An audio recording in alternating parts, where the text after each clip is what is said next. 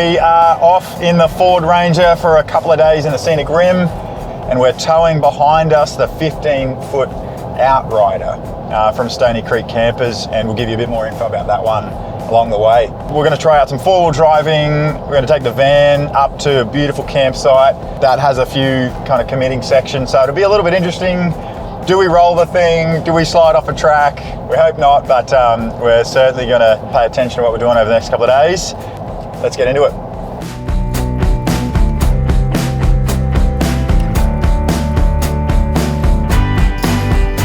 So you're considering this because you're looking at a dual cab, you want the space in the back. So you're comparing this with your Hilux, your D-Max, your BT50, your domestic utes. It was Australia's best-selling ute in 2024. And from a variance perspective, they're making babies. They just keep multiplying. It feels like there's a new variant every 6 months. Today we're driving the Sport, the V6 turbo diesel. It's doing all right, pulling the 2-ton van. 10-speed transmission, does hunt around a little bit, climbing up a hill, trying to find the right gear for it. Fuel-wise, you're anywhere between 9 and 11 kilometers unladen. We've got some muddies on this thing at the moment. Not the biggest fan of them, and it puts our mileage up at 12 to 13 litres per 100 kilometers unladen. And with the van on, we're currently sitting on 16.5 litres to 100 kilometres, so she is drinking a bit of juice. Suspension setup, it has the independent front coil suspension and rear leafs, and payload of 954 kilos on the Sport variant with a GVM of 3280 kilos, which is a good payload, but on those factory shocks you'd really struggle to carry that kind of weight. So it does require some modifications. So let's have a chat about that. Some of the common mods you'll see on a Ranger.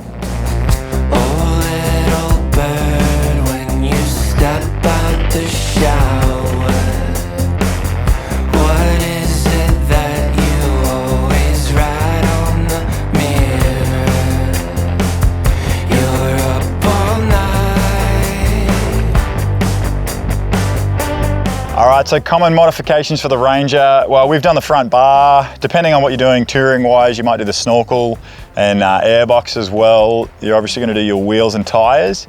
And a key one is your suspension. So this guy has our TSA 4050 GVM, and that comes with our 2.5-inch remote res apex shocks, adjustable rebound and dampening, upgraded leaf pack, and our diff modification. So the payload on the Ranger from factory is 948 kilos.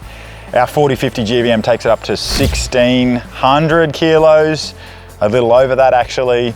And a lot of that comes from the rear axle, which from factory is 1959 kilos, and we increase that to 2450 because of the modifications we make. So the suspension obviously gives you a better ride quality, and the GVM means that you're doing that in a way that's compliant. So why don't we go test out that suspension, see what we can do. Making our way through Scenic Rim Adventure Park. Get a load of this. The sketchiest, slipperiest, most overgrown go-kart track you've ever seen. And look, dinner.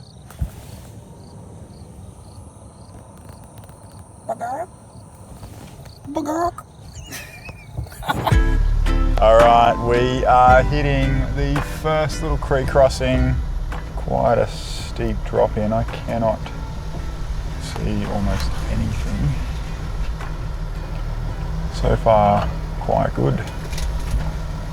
Look at that.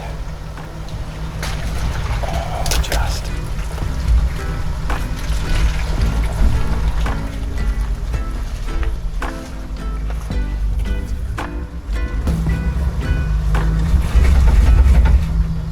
Okay, coming back. Going forward.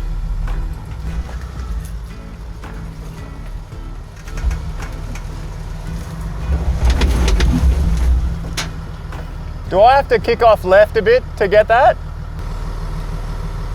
Yep.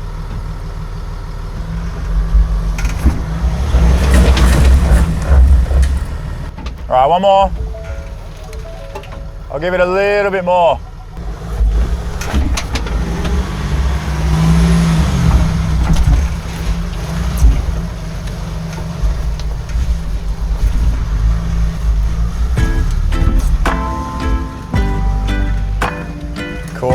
it. Woo!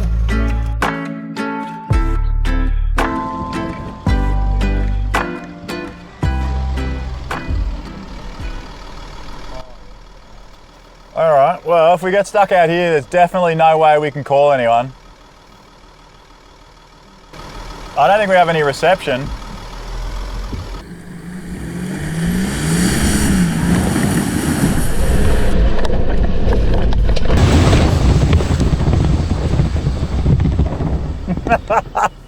Too easy, big fella.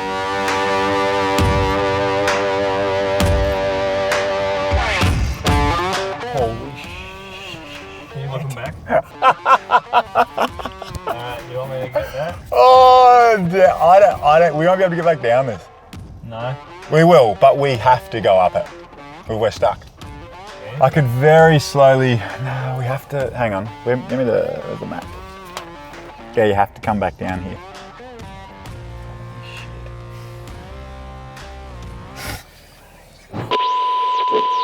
All right, this is a classic Wendy stitch up. So we're on our way up a beautiful green, it's called the Tour Drive. And we've just come up this steep, rocky climb. It doesn't look that steep, pretty steep. Beautiful view, by the way. And there's this in front of us, this flippin' 20-degree gradient, which is mental. And, you know, we thought we were just out for a little tour drive to get to the lookout, and we just, classic Wendy stitch up, just throwing us in the deep end. So, Bring the kids. do we? Yeah, bring the kids, bring the caravan. I don't know, we'll see. Do we make it up that? Because if we make it up it, do we get down? Because it's flipping steep. Very different. It's a little bit wet. So the adventure continues. My heart rate is through the roof. I hate reverse, muddy, slippery crap. This is, you can't control it. The car just slides. The front slides. We're on a slope.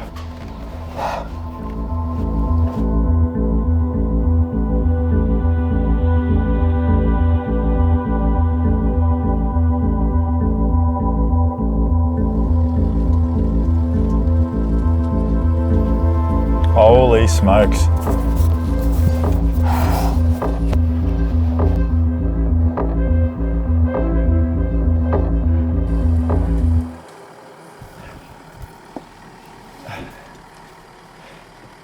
I tell you what, mate, it is awfully good to be going straight again.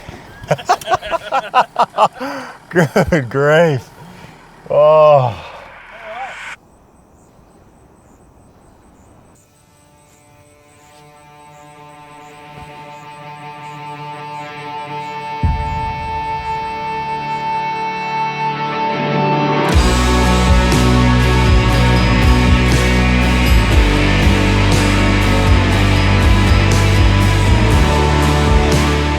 Well, day two, we are getting ready for getting over to Mount Maroon. So very little dinner. We didn't really prepare that well for this.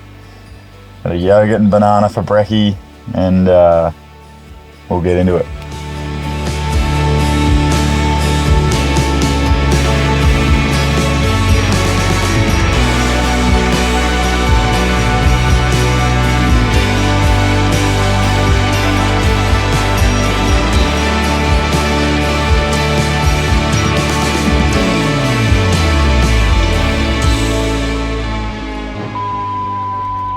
Well, disaster is struck because the Cyclone Alfred Queensland Parks has closed all of Mount Barney, and that includes Mount Maroon behind us. So we can't hike it. Today's the last day of the closure, and that's annoying because I don't think national parks should ever be closed. I think that people should have common sense and should hike and adventure within their own capability, but that's a story for another time. So instead, we get back in the van and get back in the Ranger and get down the road, make a plan for what's next. Quick recap on four-wheel driving yesterday afternoon. It was a good time, a couple of sketchy moments.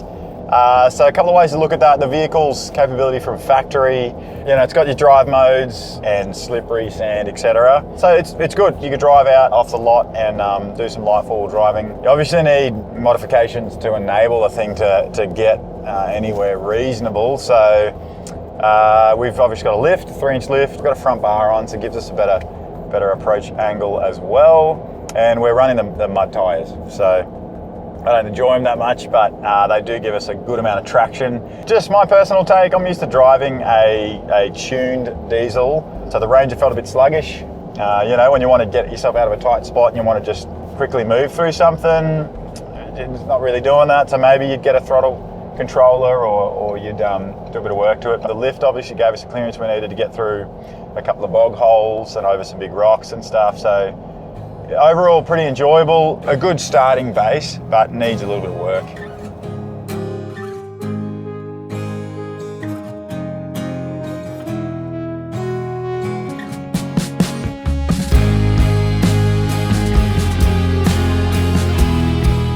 Well, the day was getting on, so we decided to call it and make some tracks home and give you the wrap up. All right, we're coming to the end of the trip where we've been testing out the Ranger, touring and towing. Well, obviously, you're going for this kind of setup if you're not needing a lot of space for adults in the back, but towing a medium-sized van, heaps of room in the tub or room for a lighter canopy and some other accessories, great option. And obviously, this guy's got our 4050 GVM upgrade, so that the shocks do really enable a whole new level of comfort, and the GVM obviously gives you that added payload for making sure that you're not going near the limit when you're adding on your touring accessories. So if you're considering a full canopy with your fridge and accessories in there, you may consider going to a higher class, the American trucks, because you're obviously going to want some stability on the road if you're towing and you've got all that weight on the back. The Ranger might start getting a little bit thrown around. But for what it is, it's a dual cab workhorse, leaf sprung rear, that's really been refined. It's quite nice. It holds its own in the dual cab class. So next time we're going to have a look at the Land Cruiser 300 series and see how it performs in the touring category. All done with a trip here and back at Stony Creek Campers. Big shout out to these guys. Hooked us up with the Outrider 15 for the trip down the Scenic Rim. Terrific van. It's their Gen 3, full composite panels. It's lighter than previous generations. King bed, 400 amps of power, fridge inside and out, kitchen inside and out, toilet, shower, everything you could want to get off grid and enjoy a bit of Australia. So definitely worth checking out what Stony Creek Campers have to offer.